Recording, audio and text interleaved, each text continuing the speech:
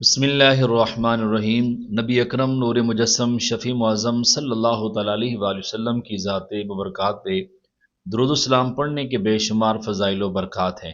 پیارے آقا صلی اللہ تعالیٰ علیہ وآلہ وسلم کی ذات ببرکات پہ وہی بندہ درود پڑھتا ہے جس کو آقا سے محبت ہوتی ہے، کیونکہ جو جس کے ساتھ محبت کرتا ہے اکثر اسی کا نام لیتا رہتا ہے۔ پیارے آقا صلی اللہ تعالیٰ علیہ وآلہ وسلم کی ذات ببرکات پہ درود السلام جس وقت آپ پڑھیں اللہ پاک قبول فرماتا ہے، رحمت عطا فرماتا ہے، لیکن خصوصاً جمعہ کی رات اور جمعہ المبارک کے دن جو حضور کی ذات پہ درود پڑھتا ہے اللہ پاک خاص اپنی رحمتیں اس کو عطا فرماتا ہے۔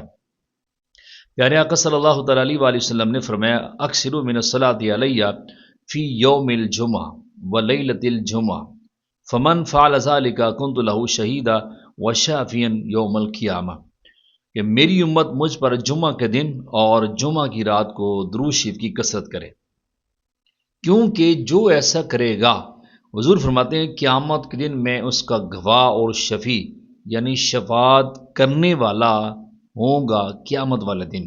سبحان اللہ، کتنی برکت ہے، کتنی عظمت ہے۔